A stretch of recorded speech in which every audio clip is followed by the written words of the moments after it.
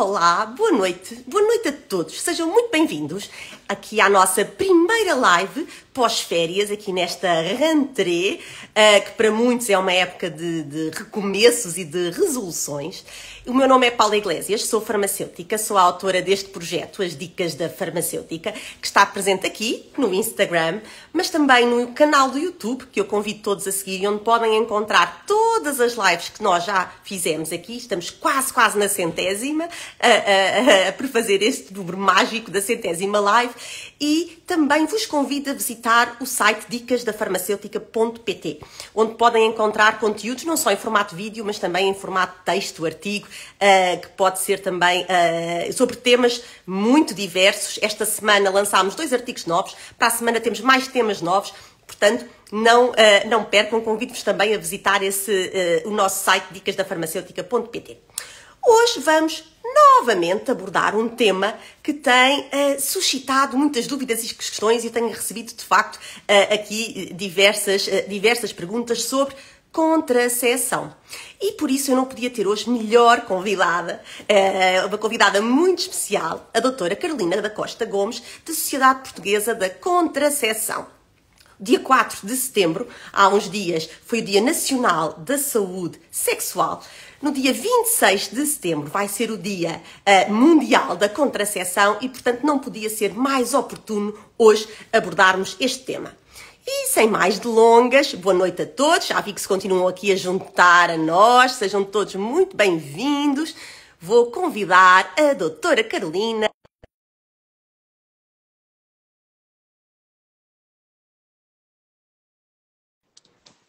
Não sei se a doutora Carolina já está aqui conosco.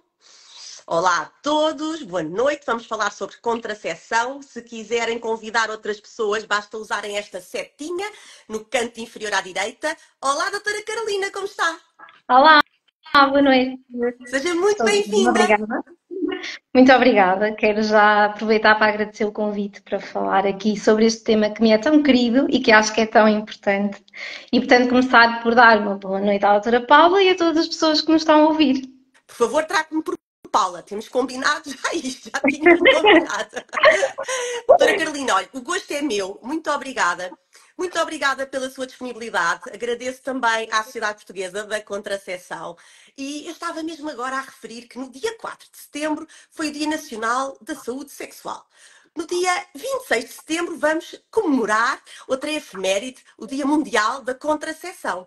A doutora Carolina é médica ginecologista desde 2021, que é membro do Conselho Fiscal da Sociedade Portuguesa da Contracepção. Quer contar-nos um bocadinho o que é que a sociedade faz e porque é que é tão relevante e o impacto que tem junto da população?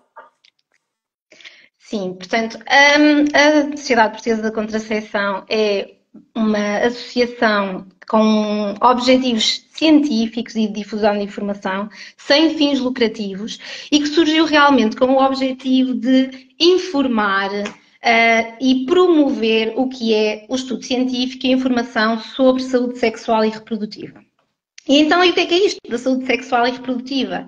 A Organização Mundial de Saúde define não só como ausência de doença, mas todo um bem-estar físico, mental, social, sobre, por um lado, quando falamos da parte reprodutiva, aquilo que está relacionado com a nossa capacidade de reprodução, a nossa capacidade de contracepção, de escolher quando e se queremos ter gravidezes, mas também depois em relação à sexualidade, que não implica só o ato sexual, mas a relação também, fazê-lo de forma livre de coerção e fazê-lo realmente de uma forma que seja saudável em todos os seus âmbitos.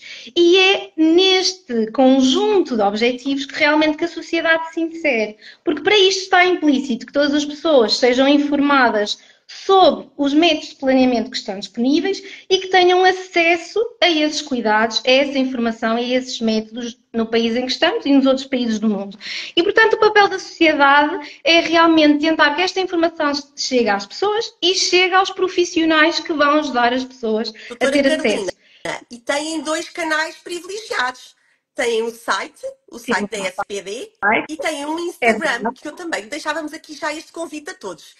Boa noite e a todos que se estão a juntar aqui a nós. E eu aproveito para dizer que se quiserem convidar mais pessoas, podem utilizar aqui esta seta no canto à direita para convidar mais amigos, seguidores, para partilharem connosco aqui esta nossa sala digital. Hoje vamos falar sobre contracepção e dizer-vos também todas as questões que queiram colocar. Por favor, façam-no neste balão com um ponto de interrogação para que, de um modo sistemático, possamos responder a todas e que não escape nenhuma questão. Mas, dizia eu, temos um Instagram, não é? Da sociedade, É verdade. SPD Contracepção, Então, que uhum. convidamos todos a seguir, e o site também a visitarem, que Exato. está também riquíssimo de vídeos, artigos, tudo de uma forma muito descomplicada, muito simples. Exatamente. Nós temos o site oficial, que é também para a utilização dos profissionais, e depois temos também, de forma muito importante, e em parcerias com algumas empresas, sites que têm como objetivo informar com uma fonte fidedigna as pessoas dos diferentes métodos e incluem também, por exemplo, por curiosidade, quizzes, ou seja, questionários, que as pessoas podem preencher e que, excluindo algumas contraindicações, vendo quais são as preferências da pessoa, ajudam às vezes a sugerir alguns métodos e a tirar dúvidas sobre eles. Portanto, nós temos o site da sociedade e temos sites com parcerias, nomeadamente o Contracepção Eu Escolho.pt e o Contracepção.pt, que são sites que têm o nosso apoio e que têm informação fidedigna. E, portanto, além, obviamente, da nossa página do Instagram e do nosso site oficial. Doutora Carolina, estava agora aqui a falar dos mitos e da importância deste esclarecimento, nós aproveitámos estas stories, não é, ao longo destes 2 dias, para lançar aqui no ar alguns mitos. E houve cerca de 300 e tal pessoas que responderam, e se calhar começávamos por esclarecer estes mitos, porque de facto os mitos que a doutora Carolina escolheu para abordarmos aqui, eu percebi que pelas respostas, quer dizer, vale o que vale neste universo, não é? Aqui dos nossos seguidores e que nos vão acompanhando, mas eu percebi que de facto temos muito que explicar sobre esta temática. E eu se calhar começava por um mito em que as respostas foram 50-50. Não sei se já adivinhou qual é que era. Hoje tenho aqui uma cábula porque tenho aqui as percentagens, então peço desculpa, mas é para não falhar nada. Então, 50% das pessoas diz que o uso de antibióticos é uma causa frequente de falha contraceptiva. A culpa é dos antibióticos. Doutora Carolina, é assim mesmo ou não? Este é um dos mitos mais enraizados. Por exemplo, nós na consulta de interrupção voluntária da gravidez muitas vezes perguntamos à pessoa porque é que acha que teve um método de falha e a utilização do antibiótico é quase sempre apontado como o grande culpado, mas o que é que a evidência nos diz? Não, é mesmo completamente um mito, está bem? Obviamente existem exceções que eu vou aqui dizer, mas realmente a maior parte dos antibióticos que nós utilizamos para as infecções correntes, infecções respiratórias, infecções urinárias, infecções das feridas, o que seja, não têm qualquer influência na eficácia contraceptiva, ok? Nem para prostativos isolados, nem para a contracepção hormonal combinada. Existem alguns antibióticos que efetivamente diminuem, que são sobretudo utilizados no tratamento da tuberculose, como é a rifampicina e a rifabutina, mas como devem imaginar, é realmente uma percentagem mínima de antibióticos e não são aqueles que as pessoas correntemente usam. O que é que eu quero dizer com isto? Significa que o antibiótico não implica de maneira nenhuma a eficácia contraceptiva? O que eu quero dizer é que o antibiótico por si só, ou seja, a ação dele sobre a pílula ou sobre o metabolismo da pílula, não. Mas, por exemplo, antibióticos que estejam a ser usados no contexto, por exemplo, de um quadro em que há diarreia, vômitos, ou então que a pessoa tenha como efeito secundário um destes sintomas, efetivamente pode haver alguma alteração da eficácia da contracepção porque a pílula não foi absorvida ou foi eliminada muito Isso é rapidamente e não muito houve tempo. importante. Eu acho que essa mensagem é mesmo muito importante, porque os antibióticos muitas vezes o que podem alterar a microbiota intestinal, não é? Causar diarreia e como as pílulas que estamos aqui a falar são absorvidas no nosso intestino, aí sim pode pôr em causa. Portanto, como dizia, se houver vômitos ou diarreia, aí sim a absorção pode ter sido foi comprometida e, portanto, pode haver Exatamente. esse risco. Mas há solução Exatamente. também para esse risco, já É lá isso. vamos. Exatamente. Vamos lá falar. E então, já lá vamos, e aos esquecimentos, É já lá isso, vamos, fala. voltamos aí daqui, Vamos exatamente. começar O este que é que se assunto. pode fazer? Mas então passávamos para outro mito, que também foi aqui surpreendente, aqui as respostas. A contracepção hormonal reduz a fertilidade, verdadeiro ou falso? E 20%, lá está, neste universo aqui dos nossos seguidores, das nossas histórias, estamos a falar de 300 e tal pessoas, 20% disseram que sim, que acham, acreditam que sim, que reduz a fertilidade. Então, lá está. Nós também escolhemos estes mitos porque são realmente mitos e percepções que estão muito enraizadas na população e que é importante desmistificar, desconstruir, está bem? O que é que eu vou aqui querer dizer nesta resposta? É dar a verdade sobre isto, que é que não tem influência na fertilidade, mas depois dar aqui uns apontamentos sobre coisas que são importantes em relação à fertilidade e o uso de contracepção. Ou seja, o que os estudos nos dizem é que não. A contracepção, quer prostativa, quer hormonal combinada, não tem implicação na fertilidade, ou seja, não vai reduzir a fertilidade da pessoa, nem vai atrasar o retorno à fertilidade, com uma exceção, que é o prostativo injetável, que é aquelas injeções que se fazem.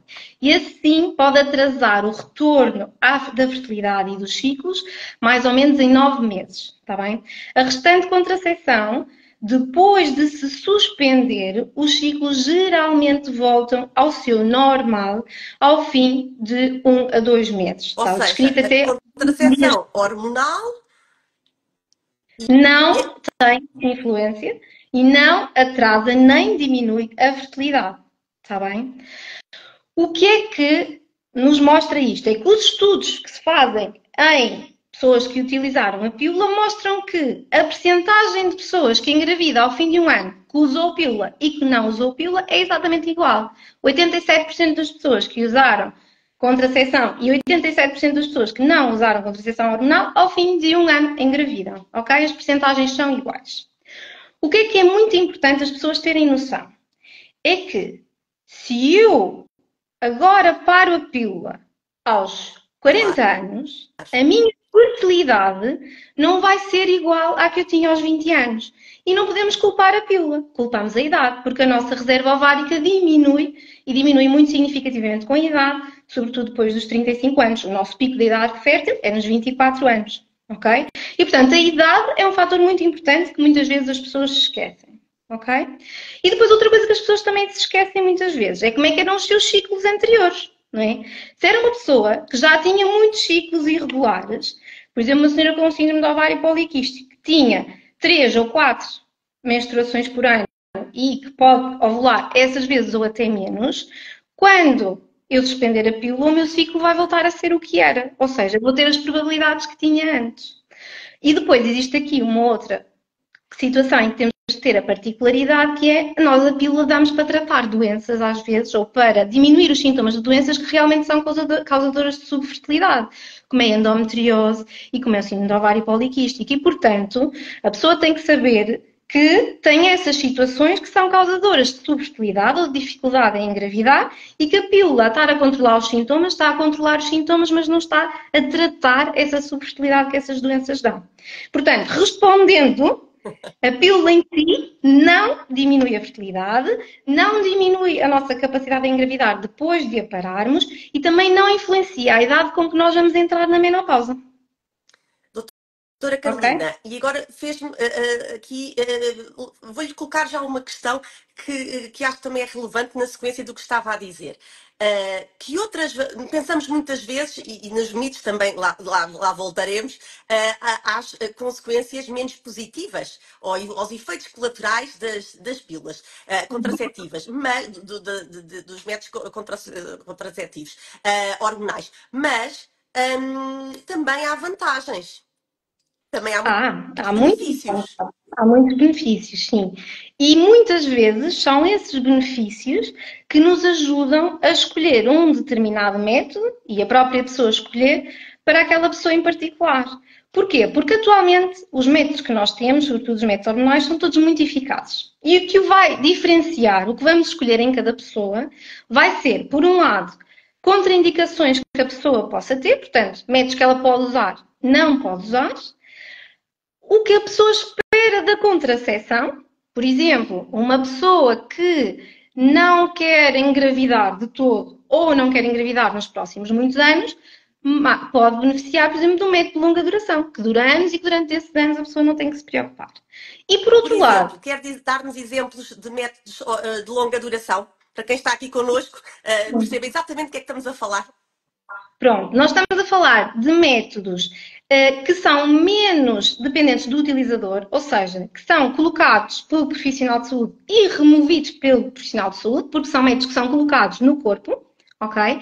E que vão atuar e libertar as hormonas, no caso dos hormonais, com uma concentração todos os dias durante aqueles anos que está a atuar.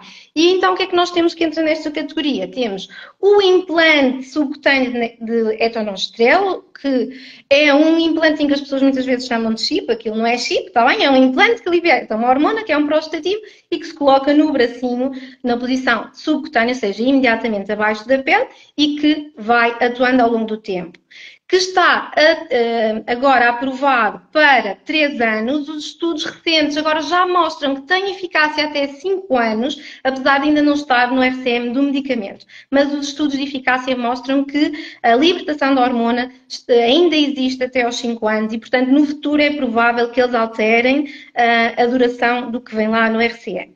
E depois temos os dispositivos intrauterinos. Os dispositivos intrauterinos são um tipo de contracepção que se coloca dentro do útero, ou seja, que se coloca através do exame ginecológico, uma canulazinha dentro da vagina, dentro do útero, e ele vai ficar lá dentro.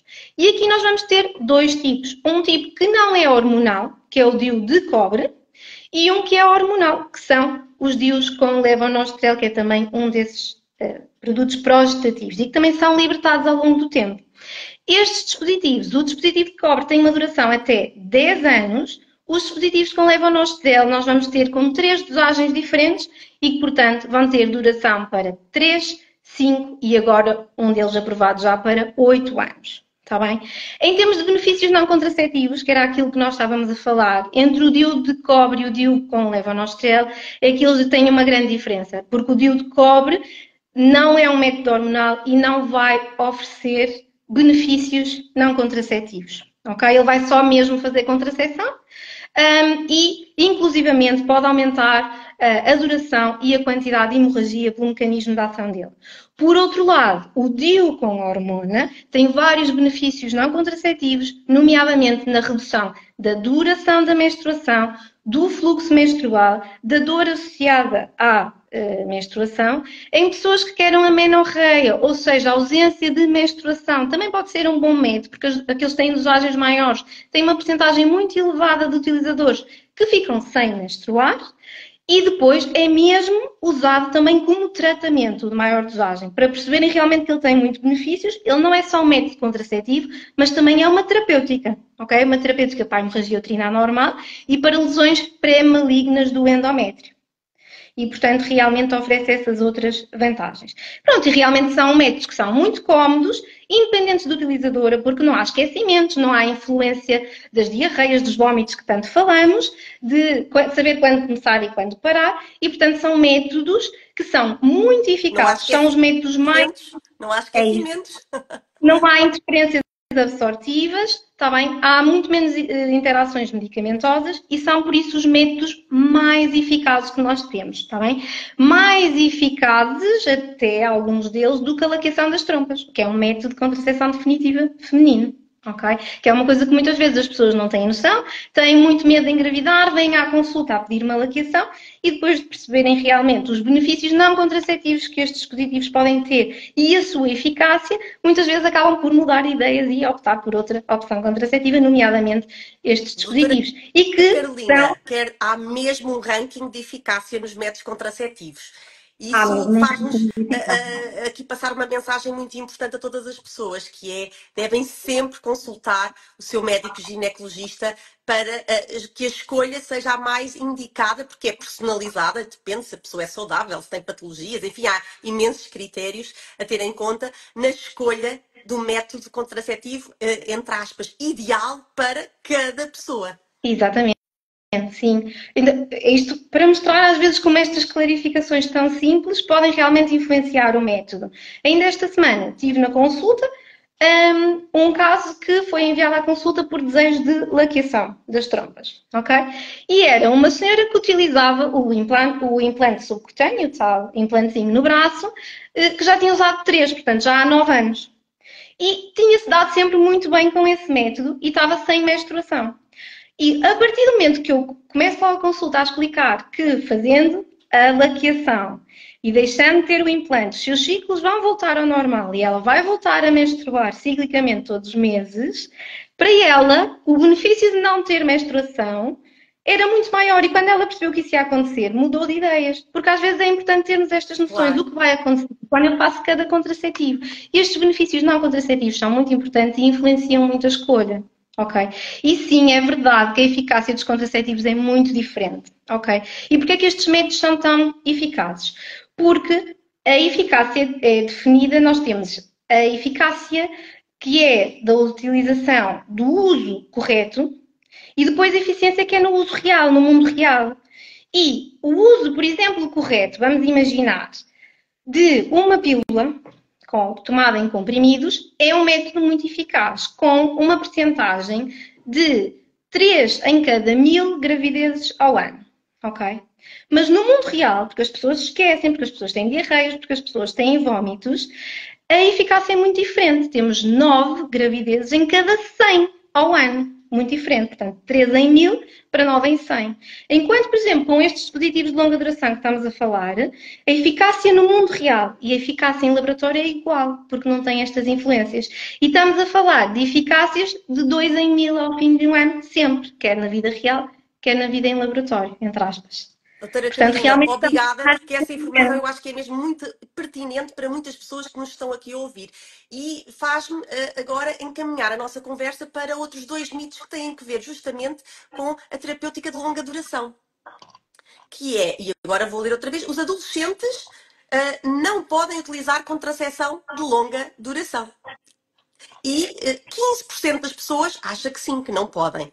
E aproveito, vou já para outro mito também relacionado com esta questão. E quem nunca teve filhos também não pode utilizar a contracepção de longa duração. E 5% das pessoas, lá está, neste nosso universo dos 300 e tal seguidores, também acha que sim, que não pode. Portanto, estes mitos são completamente falsos. Então, está bem? Agora, mais uma vez, há sempre particularidades em Salvaguardando, tudo. sejam saudáveis e Exatamente. obviamente que... Exatamente. Em medicina, nem sempre nem nunca, está bem? Mas sim, a idade por si só, ser adolescente por si só e a nuliparidade, ou seja, a ausência de partos, não são contraindicação para uma pessoa usar contracepção de longa duração. Ok? Obviamente, como já falámos aqui muitas vezes, uma das coisas sempre em escolha de contracepção é garantir que a pessoa não tem contraindicações para o método hormonal. Ok? Não existindo essa contraindicação, a idade e não ter filhos não é contraindicação para utilizar estes métodos. Agora, particularidades. Para o implante subcutâneo, não há realmente nenhumas particularidades ou ressalvas. Para o dispositivo dentro do útero, atualmente, para perceberem realmente que era uma necessidade que havia na população adolescente utilizar a contracepção intrauterina, como eu vos falei há bocado, nós com a contracepção intrauterina, com hormonas, temos agora 3 formulações. E uma delas foi criada com uma dosagem mais baixinha e com umas dimensões do dispositivo mais pequeninas e, efetivamente, aconselhadas para a utilização em pessoas que têm úteros mais pequeninos, como são as adolescentes e as pessoas que nunca tiveram partos. Portanto, foi mesmo criada para responder a esta necessidade, porque realmente a dimensão do útero pode ser importante num dispositivo que vai ser lá colocado. Ok? Muito bem, doutora Carolina, vamos para o nosso último mito, depois vamos avançar aqui na nossa conversa para outra etapa também do que é que se está a passar aqui no mundo relativamente aos estudos nos nossos jovens. Mas o último mito que eu gostaria de partilhar aqui com todas as pessoas é a contracepção hormonal é causadora de múltiplos cancros. E 25%, lá está, aqui dos nossos universos dos 300 e tal seguidores, acha que sim. Bem, e este é um mito que é difícil também de dar a resposta, está bem? Porquê? Porque em alguns dos casos, os dados não são consensuais, ok? A maior preocupação que nós temos com cancros na pessoa que vai à consulta e procura contracepção é geralmente com o cancro da mama. É a maior preocupação. E realmente percebe-se porque, não é? O que se sabe é que realmente a prevalência do cancro da mama é muito elevada. 1 em cada 8 mulheres. Sim, é elevada, temos receio. E, efetivamente, o que acontecia era que nos estudos iniciais sobre contracepção hormonal combinada e mesmo agora alguns mais recentes sobre prostativa, pareciam mostrar um aumento do risco do cancro de mama. Esses estudos, é importante ressalvar que esses estudos mais antigos focavam-se em formulações de pílulas que não são as formulações que nós temos agora. Não são hormonas que nós temos agora e ainda mais importante, não são as dosagens que nós temos agora. Nós agora usamos dosagens de hormonas muito baixinhas que já não traduzem os efeitos que os primeiros estudos sobre as primeiras pílulas que surgiram há 50 ou 60 anos tinham, ok? Portanto, esses estudos antigos não são para valorizar. E, efetivamente, alguns estudos mais recentes dizem que pode haver um aumento residual do risco de cancro da mama, ou seja, além do risco basal que nós todas já temos, um risco marginalmente superior de cancro da mama. Mas o que é que os estudos também nos mostram? É que a contracepção hormonal combinada reduz de uma maneira ainda mais significativa outros tipos de cancros, nomeadamente o cancro do intestino, também, coloretal, o cancro do endométrio e, em algumas populações, o cancro do ovário. E que a magnitude da redução do risco é muito maior do que a do aumento do cancro da mama. Ou seja, alguns estudos, vamos imaginar que dizem que o meu risco individual de aumentar o risco de cancro da mama aumenta em 7%, mas diminui em 50% do ovário e em 70% do endométrio, ou seja, a magnitude do impacto no risco de cancros é muito diferente, está bem? E para percebermos realmente que este aumento de risco não é considerado significativo, este aumento de risco de cancro da mama, ela continua a ser recomendada, porque os benefícios que tiramos delas são superiores a estes riscos que podem vir. E se pensarmos em populações que têm um risco ainda mais elevado de cancro da mama, vamos imaginar pessoas com aquelas que aumentam o risco, como o BRCA1 e BRCA2. Nós sabemos que essas pessoas têm um risco muito maior de cancro da mama do que as pessoas que não têm essas mutações. Mesmo essas pessoas, não está contraindicado o uso de contracepção hormonal combinada. E há mesmo sociedades que dizem que deve até ser usada, ou pode ser usada, porque diminui o risco do cancro do ovário, aquilo que estávamos a falar, que é um cancro que essas pessoas também têm um risco muito elevado e para o qual não há rastreio. Ok? Portanto, isto é tudo sempre uma balança entre os riscos e os benefícios para aquela pessoa em particular, para a sua situação em particular. Obviamente, pessoas que têm ou tiveram cancro da mama não podem utilizar, assim como outros cancros hormonodependentes. Mas pessoas sem cancro não têm qualquer contraindicação, nem aumenta o risco de forma a que impeça a sua utilização. Era isto que nós queríamos desconstruir, este mito. Doutora Carolina, mais uma vez, obrigada, explicou com uma clareza muito grande. Doutora Carolina, no ranking dos métodos contraceptivos, qual é que é o mais prevalente, o que as pessoas mais usam em Portugal? É sim, o que as pessoas mais usam em Portugal continua a ser a pílula, a contracepção hormonal combinada oral, está bem?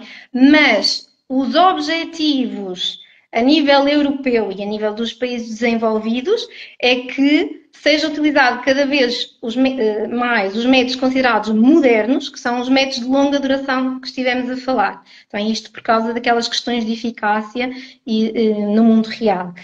Mas sim, em Portugal o mais utilizado continua a ser a contracepção hormonal combinada, apesar de estar a aumentar a prevalência de utilização dos métodos de longa duração, que é o que nós também queremos. Ou seja, dentro dos métodos hormonais, mas depois há outros métodos.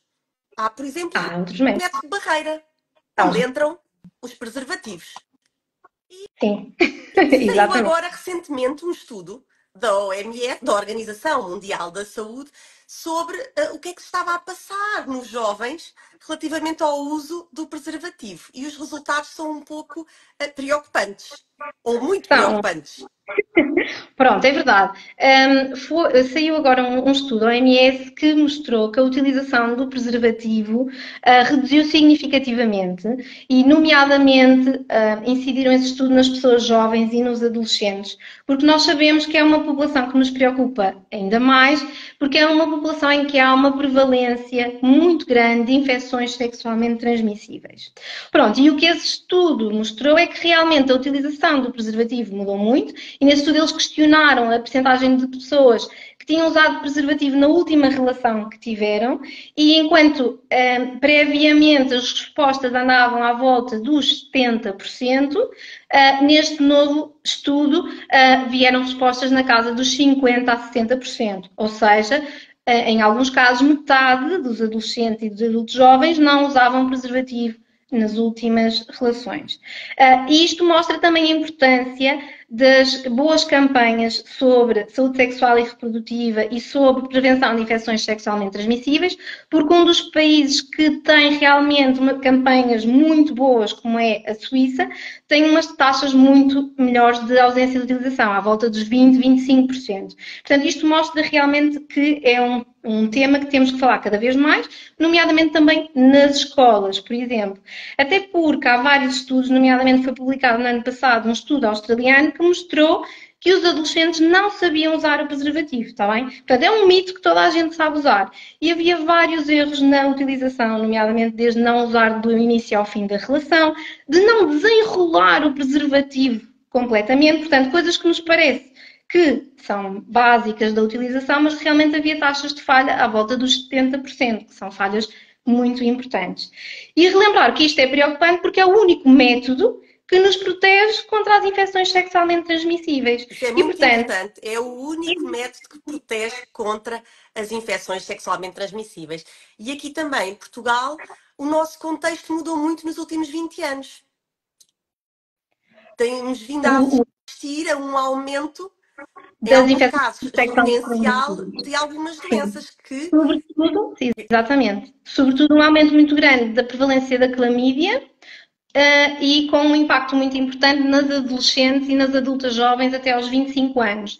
De tal forma que motivou um aconselhamento de rastreio anual de clamídia nas adolescentes e adultas jovens. Ou seja, está recomendado esse rastreio. Ou seja, rastreio significa que a pessoa não tem sintomas e vamos ativamente procurar se essa infecção por esse bichinho que é a clamídia está lá ou não. E porquê que é importante, porquê que isto está a ser feito? Porque nós sabemos que a doença inflamatória pélvica, nomeadamente um dos causadores é este micro-organismo, é uma doença que tem impacto futuro na vida da pessoa.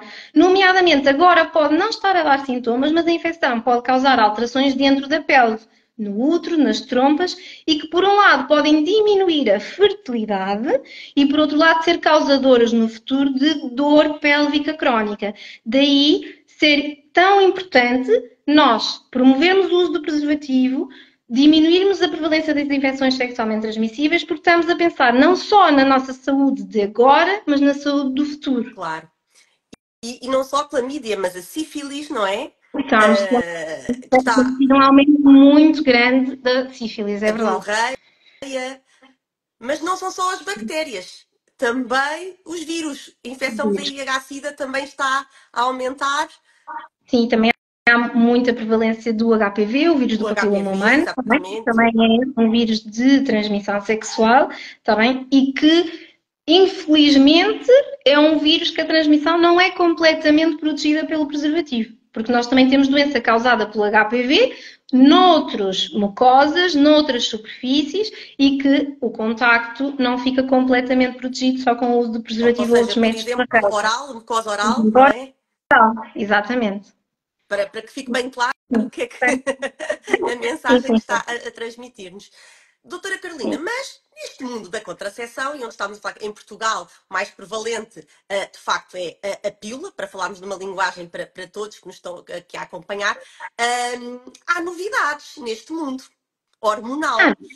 Das hormonas sintéticas, dos estrogénios naturais, temos aqui novidades. Este mundo da contracepção verde, o que é isto? Então, o que é que são estas novidades? Nós, em termos de eficácia contraceptiva, já atingimos níveis de eficácia muito elevados. E, portanto, tudo o que surge agora tende a querer melhorar o resto. Ou seja, manter a eficácia, termos eficácias muito altas, mas tentar formulações que aumentem a tolerabilidade, ou seja, tenham menos efeitos secundários, melhorem o perfil de segurança, ou seja, tenham menos influência noutros sistemas e órgãos do nosso organismo e tenham os tais benefícios não contraceptivos. E agora esta contracepção verde quer ainda acrescentar um outro objetivo, que é maior sustentabilidade, menor impacto ambiental. É neste caminho que as novas opções contraceptivas estão a seguir. Portanto, aumentar a tolerância e a segurança e diminuir o impacto ambiental. E nós estamos a conseguir isso com formulações que têm estrogénios naturais, portanto, estrogénios que são semelhantes àqueles que são produzidos naturalmente no nosso corpo, em oposição àqueles que eram utilizados antigamente e que continuam muitas pílulas a ter, mas que são os estrogénios sintéticos, que são estrogénios que são produzidos laboratorialmente. Estes estrogénios naturais vão ser estrogénios que não são convertidos depois em substâncias ativas quando são eliminadas. O que é que isto quer dizer? Nós tomamos uma pílula, o nosso organismo metaboliza, não é? Desfaz, entre aspas, ali a pílula e nós vamos eliminá-la através da nossa urina. Isto significa que estes estrogénios vão, através do sistema de esgotos, para os meios aquáticos. Os meios aquáticos são aqueles que são mais afetados diretamente. E os tais estrogénios sintéticos, aqueles que são produzidos laboratorialmente, são transformados em metabolitos que vão ter influência nesses meios aquáticos. Quando nós falamos de aquáticos, estamos a falar, por exemplo, dos peixes, na capacidade dos peixes se reproduzirem, de crescerem, etc. E como nós sabemos, os ecossistemas estão todos ligados entre si e isto depois tem repercussões a nível dos outros ecossistemas e também dos meios terrestres e dos outros animais. Ou seja, os metabolitos são dos estrogénios sintéticos que nós tomamos, não é? E é o método mais prevalente em Portugal, vão ser eliminados na nossa urina ainda na forma de metabolitos ativos, não é? Que vão ter impacto no ambiente, nomeadamente, como dizia, nos meios aquáticos. Mas, quando usamos estrogénios naturais, isto já não é assim. Não é assim, porque os metabolitos que nós excretamos, ou seja, que eliminamos, são inativos. Eles não vão ter ação. Eles vão ser aquilo que nós chamamos de inertes, ou seja, não têm ação nos outros tecidos, nos organismos. E, portanto, vão ter menos impacto nestes meios, nomeadamente nos meios aquáticos. Então vamos ter, no fundo, pílulas combinadas, mas... ou seja, eficazes, seguras, como dizia há pouco, com uma tolerabilidade, também com um perfil muito bom, mas também amigas do ambiente. Tem este adicional, este extra. Exatamente.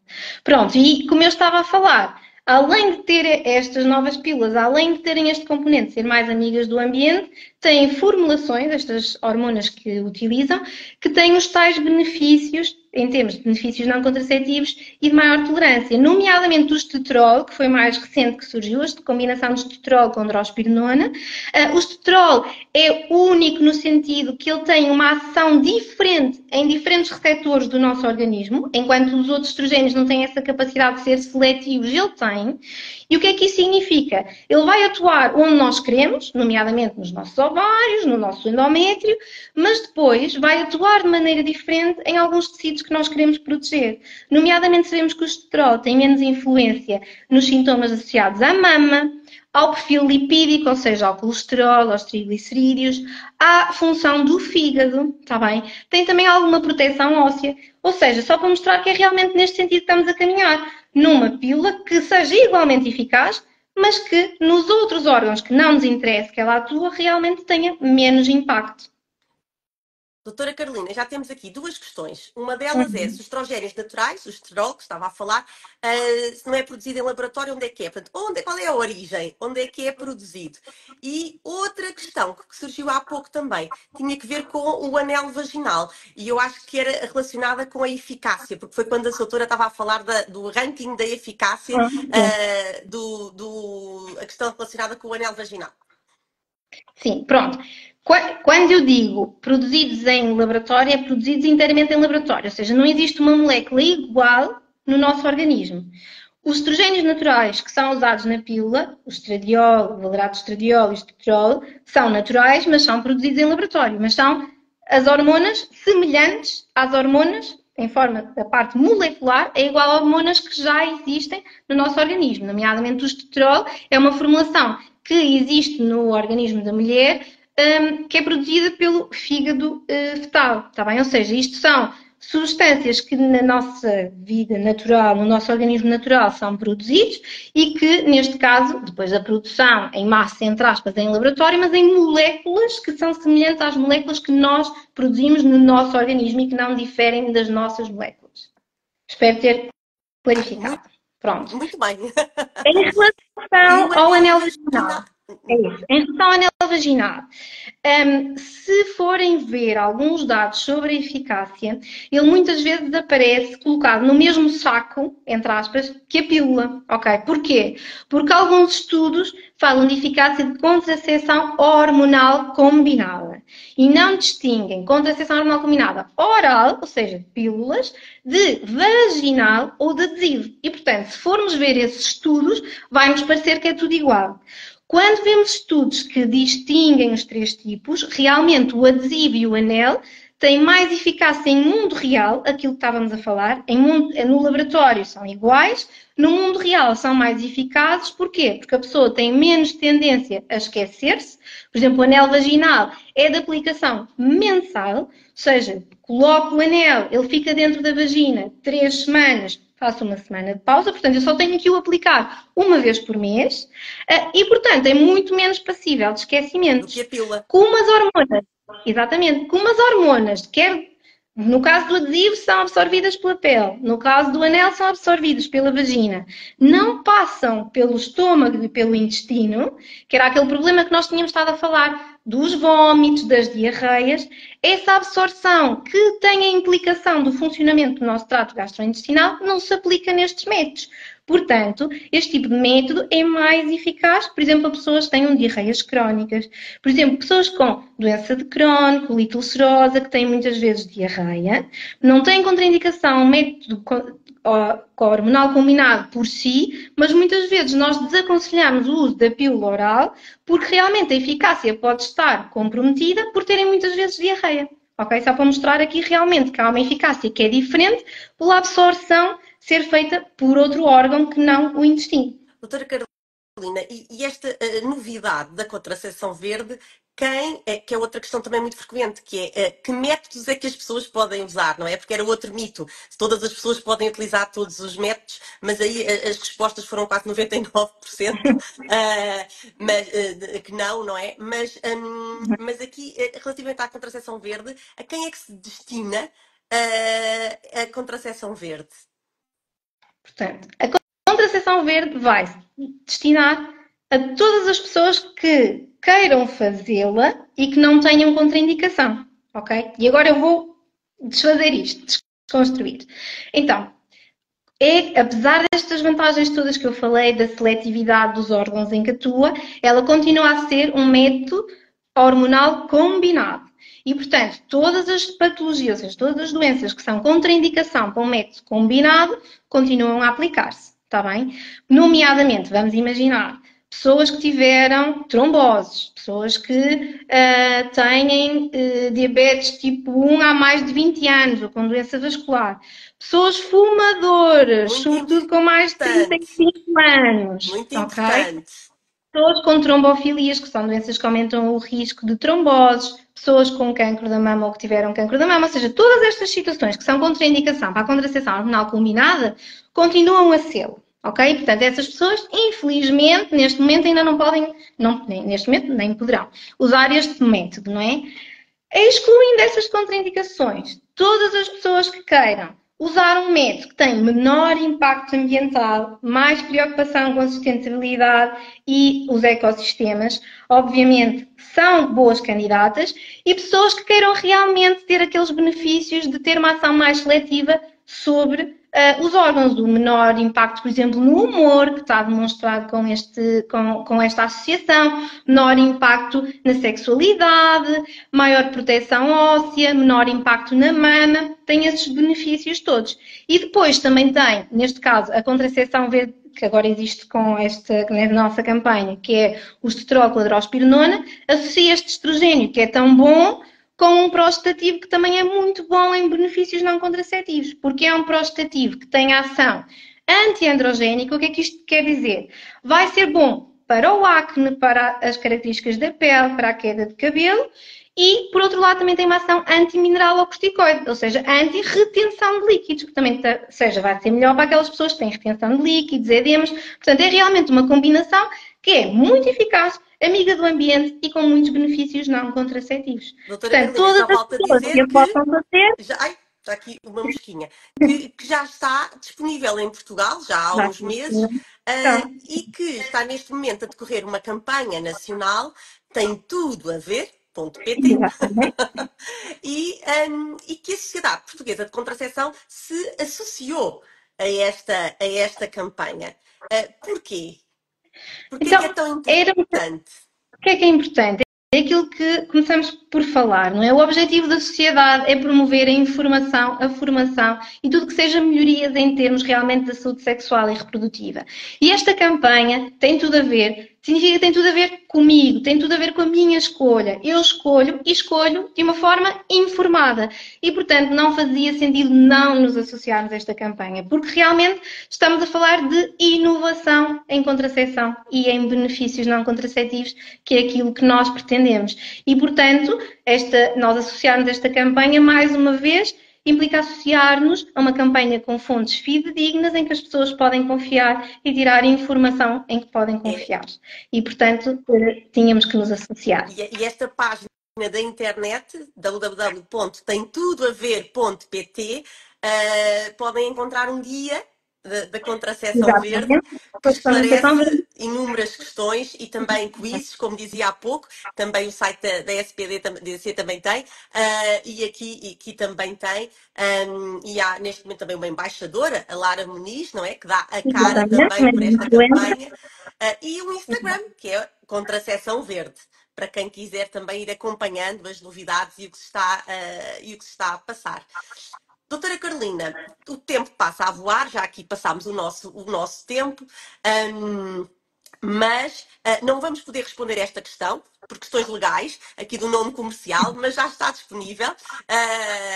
Facilmente pode encontrar na internet, ou falar com o seu ginecologista, com o seu médico de família, e perceber se faz sentido ou não, se é adequado. Mas, doutora Carolina, dizia eu, não falámos de um mito que eu deixei para o fim de propósito, que tem que ver com o aumento de peso. E as respostas, lá está, mais uma vez, fazendo a salvaguarda, aqui o nosso universo de 300 e tal seguidores, 70% considera que, de facto, os contraceptivos hormonais provocam aumento de peso. Esse é um daqueles outros mitos grandes, como o mito dos antibióticos. Pronto, e efetivamente, muitas vezes as pessoas chegam-nos à consulta a dizer: desde que comecei o implante, ou desde que comecei a pílula, já aumentei 10 quilos. Pronto. E, efetivamente, apesar de algumas pessoas reportarem isto, os estudos que são feitos sobre o impacto dos métodos hormonais no peso, a maior parte deles não mostrou impacto no peso, e aqueles que mostraram foi um aumento de 1, no máximo 2 quilos. Portanto, aumentos superiores a isso não são explicados por si só pelo uso da contracepção. Algumas vezes este aumento de peso tem a ver com a tal característica da retenção de líquidos e, portanto, por vezes podemos mudar para uma associação que tenha um tal prostativo com essa ação de diminuir a retenção de líquidos, mas o que realmente os estudos nos dizem é que aumentos de peso até 1, 2 quilos podem ser, e houve alguns estudos a referir a aumentos de peso um bocadinho mais significativos, por exemplo, no prostativo injetável, mas nunca aquelas proporções que às vezes nos dizem na consulta, 10 quilos, 20 quilos, isso não está descrito realmente Doutora em Carolina, e estudos. uma vez mais a mensagem de como é importante o acompanhamento médico, para que a Exatamente. pessoa possa fazer mais exames e excluir outras causas, Excluir outras outras causas hipóteses só. que possam Exatamente. justificar esse aumento, como Esse diz, de aumento de peso. 10 ou mais quilos. Exatamente. Está bem? Portanto, aumentos de peso que sejam superiores a estes não são explicados pelo método por si só. Está bem? Doutora Carolina, foi um gosto enorme conversar consigo. Obrigada pela forma tão clara, tão explícita, como respondeu a aos mitos, como desmistificou, desconstruiu os mitos, e por uma conversa tão agradável, por este nosso serão aqui. E não sei se nos quer deixar uma mensagem final, ou... Sim, gostava, sim, pronto.